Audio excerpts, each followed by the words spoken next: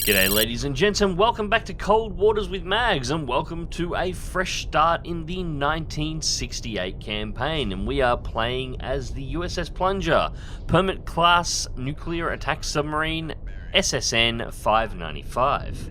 So this is of course the first mission in the campaign, and this is pretty straightforward. A wolf pack of Soviet submarines are currently trying to make their way into the North Atlantic trade routes. We are not about to let that happen, so we've intercepted this wolf pack just off the coast of Iceland.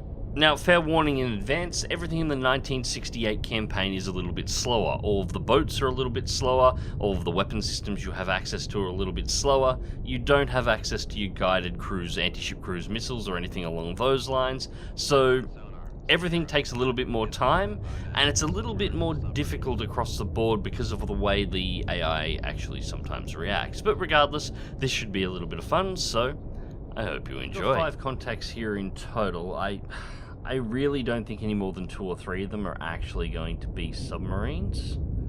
The question is exactly what 2 or 3. And yeah, I don't particularly think S3 here is going to be one.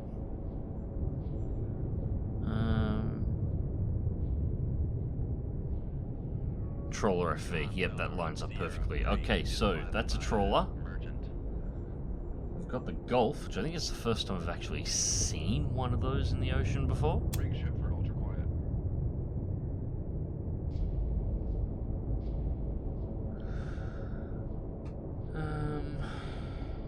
S4, what? Con sonar Sierra 2 is classified as submerged submarine. Oh, there we go. S4 is Foxtrot. It looks like we got an auto resolution on S2 for the whiskey. Con helm, steady course.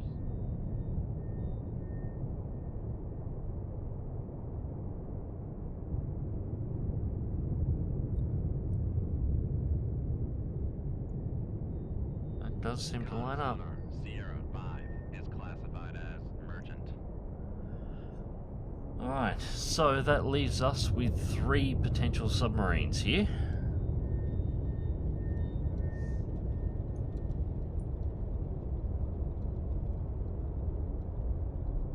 %, solution on S1. It is sitting just below the thermal layer, 300 feet down. Let's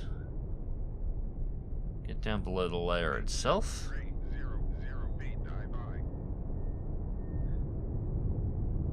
Alright, we'll see how good our resolution on S1 is once we're down below the layer as well, and we can hear it more clearly.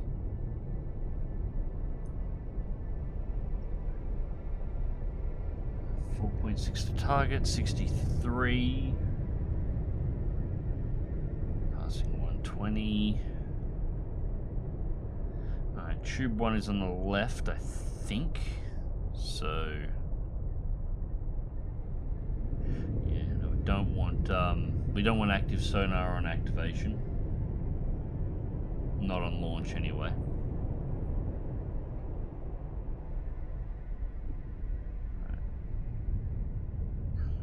4.4 to tail.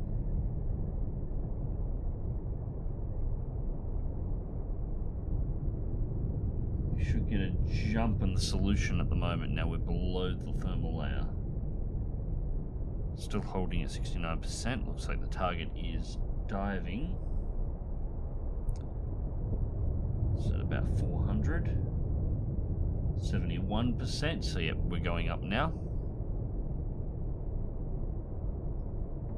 Depth 300.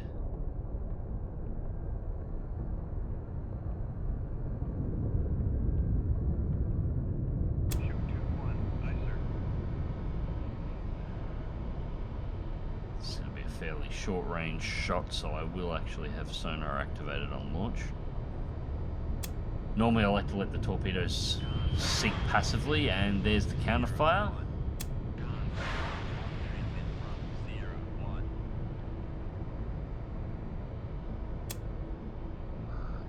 There. And wire is cut. It's a bit of a blind shot with that one. Maneuvering sonar lost contact. Sierra 5. Last bearing 0. Maneuvering. Making turns for. I get down in between these two as quickly as possible on their level.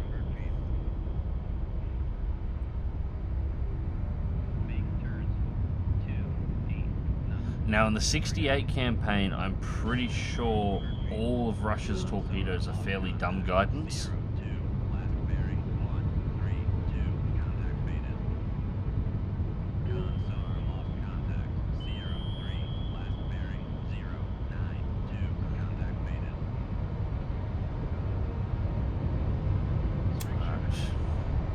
Go. Alright, we're past. If they activate now, we should already be... Yeah, unfortunately our first torpedo, that doesn't look like it's going to be anywhere near target.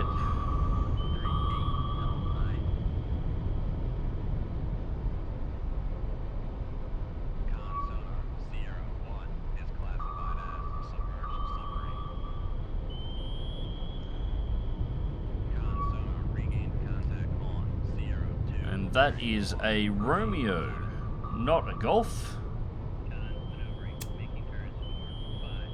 So I messed up my identification, but that's okay.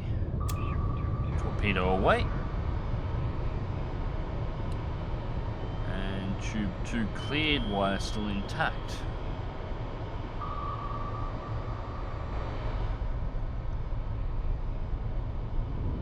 Change course here. Just a little to keep it stable so I don't risk breaking the wire. Yeah, that Romeo's going to... My first torpedo is going to keep the Romeo busy and keep it turning,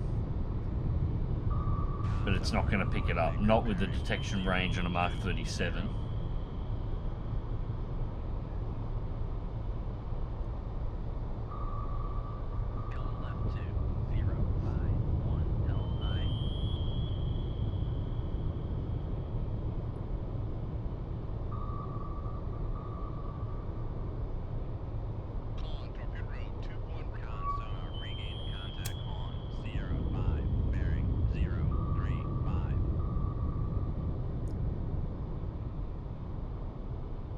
Whiskey's close enough it could start engaging, maybe. Have to deal with this Romeo first.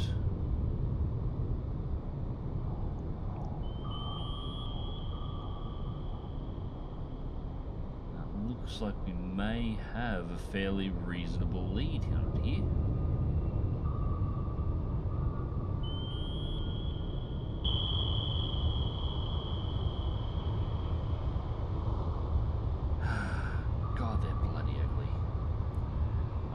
Shorting it up for activation, and out there. Alright, torpedo should go active, immediately detect, there we go. It's on level.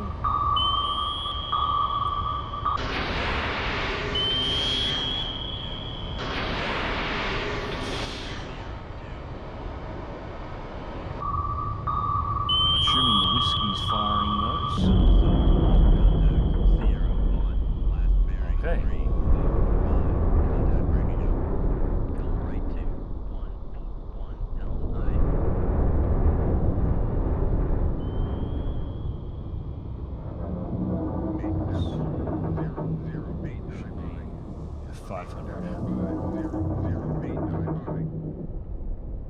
If the Whiskey just fired 2 torpedoes at us and we haven't got a visual on them at this point, if we get down a couple of 100 feet extra, they're likely going to be aiming at around 300.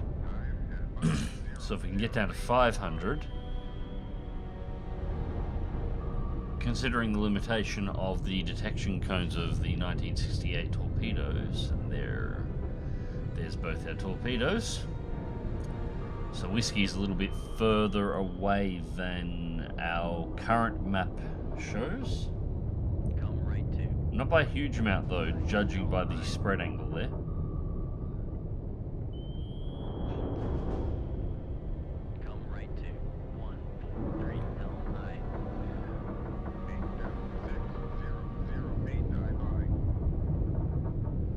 ourselves a little bit more space. 600 feet.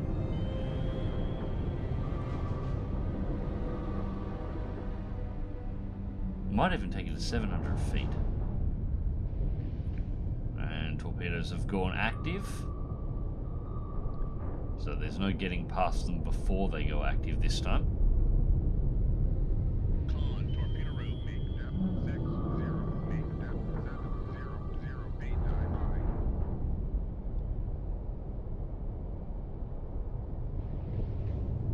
Crush depth on the permanent class is a little over 1300 feet, so we've got a little bit more, or at least the test depth that we're taking to is about 1300 feet, so we've got a little bit more left under our belt before we start pushing any limits, but I think 700 feet should be enough if they're aimed at about 300. Considering our target is at about 250 to 275 feet at the moment, I'd have to guess that those torpedoes are at about the same depth. So 700 should be outside of the cone, even passing directly underneath it. Which it looks like we're going to with that one. So, we'll see if I'm right or not.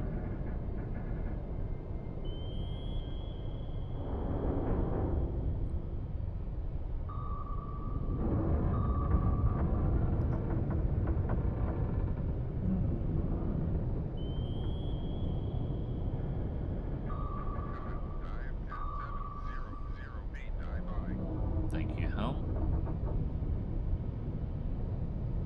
And I dare say we're clear. On the next swing back, if it doesn't immediately start pointing nose down, and it's not. Okay, that's it.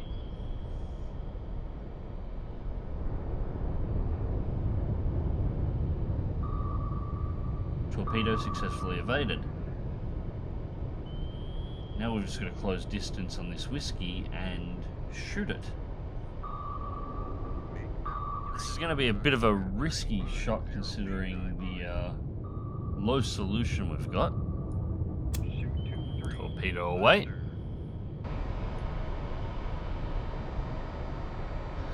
God, these things are so slow.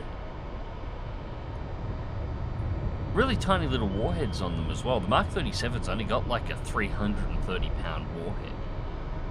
Against surface ships, it can take like 2 or 3 hits depending on the size of the ship with these things to actually take them down. The Mark 16's much better, of course, as an anti-surface ship. It's got like a 1,600-pound warhead or something on it. It will one-shot surface ships, but it has no remote guidance. You fire it in the direction of a ship, and you have your patterns and your setups all set prior to firing. Hopefully it'll hit, and that's it. That's all you can do. And of course, as surface running torpedoes, the Mark 16s you can't actually deploy against submerged submarines, so. But they're fast. They're at the very least reasonably fast, but it's a bit of World War II style surface ship hunting. And Sierra 2 is cavitating, so she's heard the torpedo.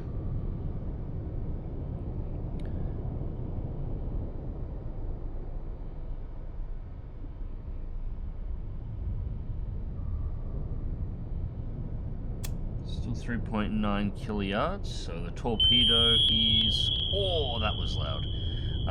The torpedo is still going to be roughly 2 kiluyards out. Cavitating, and it's only doing 10 knots.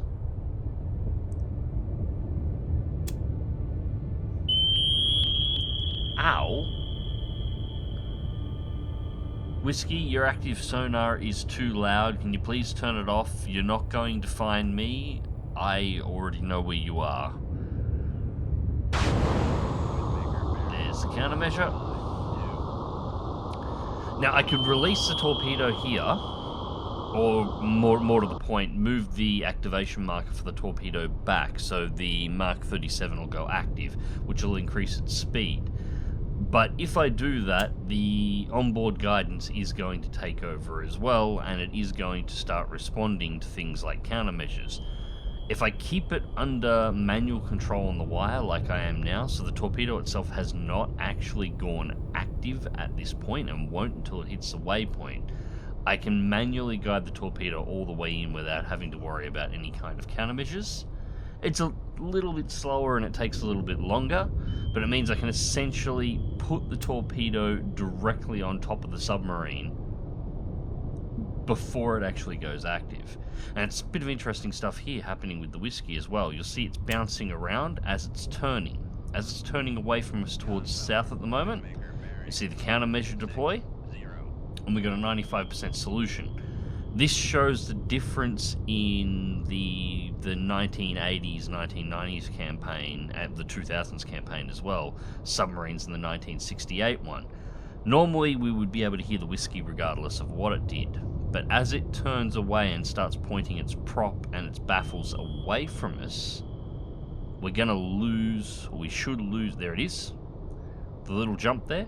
We've actually lost solution. It's dropped to 75% because we don't have a direct line of hearing through the hydrophones, and a big jump there, down to 68.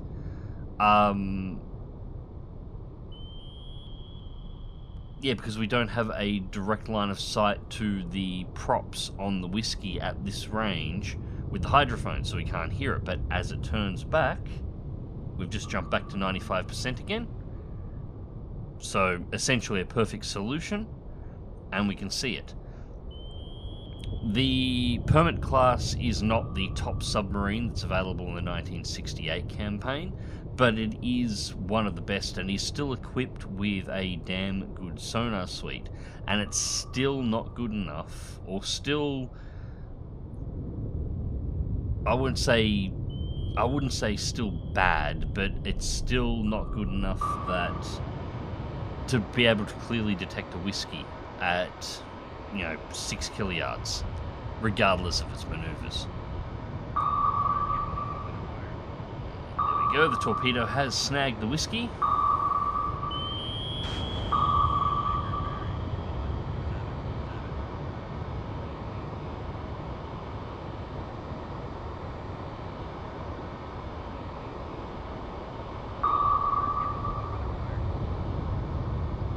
The torpedo's trying to go evasive around the countermeasures at the moment, so I'm just trying to take control. I don't want the torp running off and losing too much speed here, because, yeah, Mark 37, as much as the Whiskey's not particularly fast. God, it sounds like the 68 sonar is so much louder than the modern campaign, but doesn't matter. Sierra 2 has been eliminated, so Romeo is down, Whiskey is down, and we only have Foxtrot left. Now, we haven't seen Foxtrot since we started our attack with Romeo. I'm not entirely sure where Foxtrot is, so chances are it's run south. I want to go a bit deeper, 450. Con sonar lost contact. Sierra 3, last bearing 056. Contact faded. Con sonar switching to active search.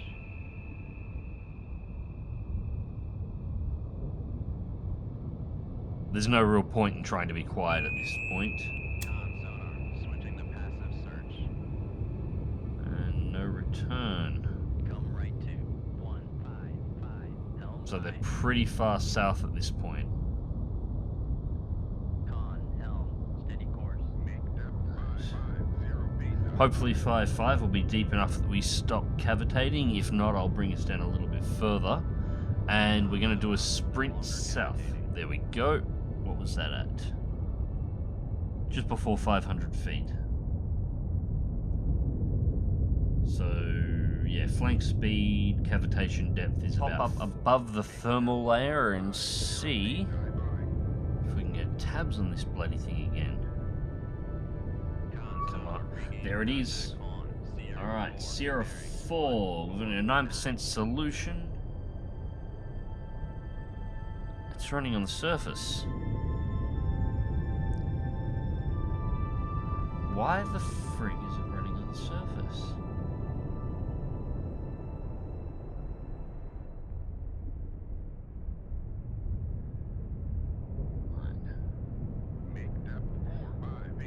I have a sneaking suspicion I may have messed this one up. I have a funny feeling the two submarines that I ID'd were the only ones.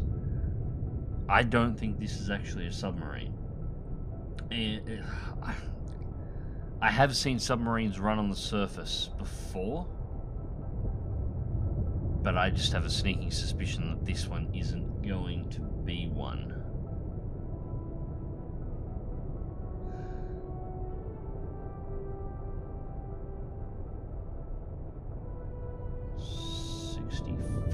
Come on, bring us up to periscope depth.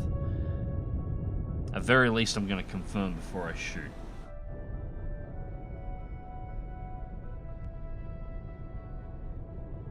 Alright.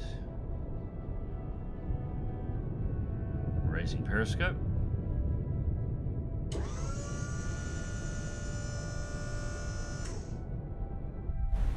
Okay, let's see.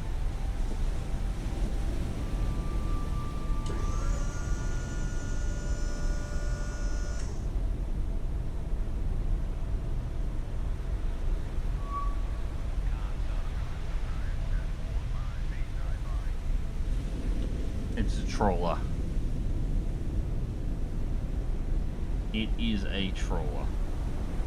So all that chasing and... I wonder if we can get sight on what's around behind us from here. Probably not, to be perfectly honest. Alright, so that's why you try and get your identifications right. There was only 2 submarines in that group. Our third target was actually not a submarine. We only had the Romeo and the Whiskey, and I originally got the designation for the Romeo wrong as well. So I need to be more careful of that. So the results for the engagement: 1 Romeo sunk, 1 Whiskey sunk. So that was my 2 submarines down, and they were in fact the only submarines in the area. And we did also get the correct wolf pack, so that is our first mission complete, and we are now awaiting orders for our second, along with we also got a little bit of a newspaper reel as well. Anyways, ladies and gents, I hope you enjoyed this video, and thank you very much for watching. I hope you're happy to see Cold Waters back on the channel. I'm going to be running through the 1968 campaign to its completion, and I'm thinking about doing a little bit of Atlantic Fleet too, which is something I haven't covered on the channel before, but I've had for quite some time, and it's fantastic fun as well, although a little bit more turn-based, but same developers. Anyways, guys, until next time, remember to click that like button if you did, share and subscribe if you would like to see more, and as always, take care.